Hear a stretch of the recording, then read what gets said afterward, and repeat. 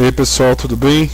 Vamos fazer mais uma aulinha de Linux para Laboratório de Desenvolvimento 2, FATEC Osasco. Quem está falando aqui, professor Leandro Palha. Beleza, hoje a gente vai trabalhar um pouquinho com um negócio chamado tabela hosts. Muito bem, dá um clear aqui. Em redes, em muitas situações, nós precisamos que as máquinas da rede sejam reconhecidas por nome e não por IP. Há um serviço mais apropriado, mais avançado, com um servidor centralizado que faz esse trabalho, que se chama servidor DNS. Mas existe também um sistema muito mais simples, que não vai conseguir ter a dimensão que um servidor DNS tem, mas que pode ajudar a fazer o reconhecimento de nomes de máquinas, associando os nomes das máquinas aos IPs, quando você tem uma rede pequena. Mesmo em outras situações, você também vai precisar da tabela hosts para poder dar um nome, dar um apelido para uma máquina, mesmo que seja para dar suporte para um outro serviço maior como o DNS. Mas vamos à prática, né? Primeiro, eu gostaria de mostrar para vocês onde está a tabela hosts. Ela se encontra dentro do diretório etc. Vou dar simplesmente um cat aqui para ver o conteúdo dela. Cat espaço /etc /hosts, certo? Esse é o conteúdo dela. Reparem na estrutura. Você tem o IP à esquerda, né? A primeira coisa que você coloca, né? A primeira coluna. E você tem o nome, né? Na segunda coluna. Então, o nome localhost, na realidade, tem por trás o IP 127.0.0.1, que é o IP de loopback, né? Se eu der um ping em localhost, né, reparem que a máquina responde com aquele IP, né? Então, os nomes que nós colocamos aqui nessa segunda coluna, na realidade, vão ter por trás o IP que está associado aqui, né, na primeira coluna. Uma outra coisa interessante é que você pode colocar um segundo, um terceiro nome. Se você colocar todos na mesma linha, todos na realidade vão ter por trás o IP, né, um IP associado que está aqui na primeira coluna. Antes da gente alterar a tabela hosts, vamos deixar de novo o nosso IP fixo, né?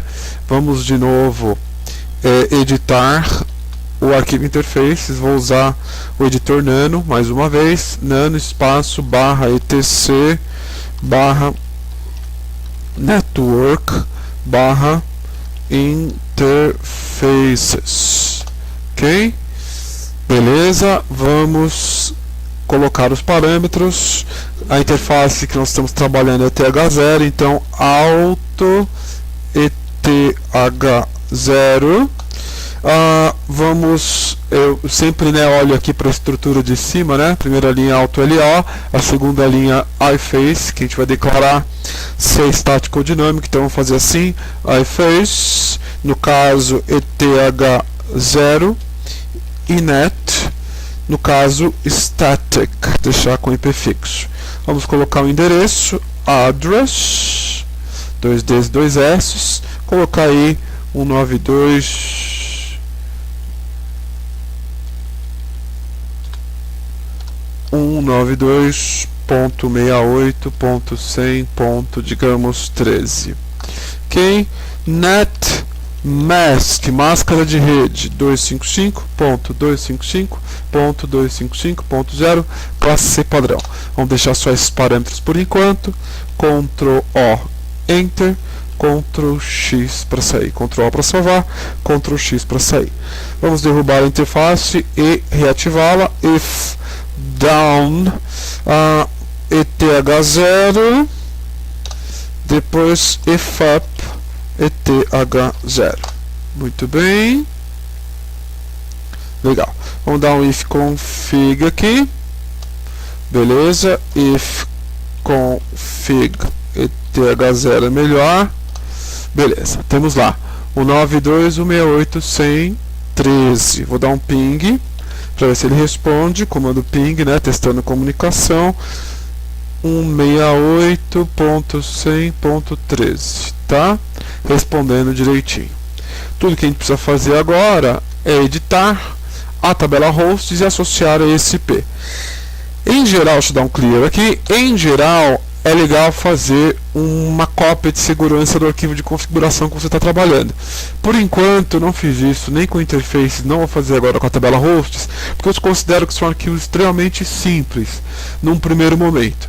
Mas vamos reparar que arquivos de configuração maiores, mais complexos, nós vamos fazer um backup antes, ok?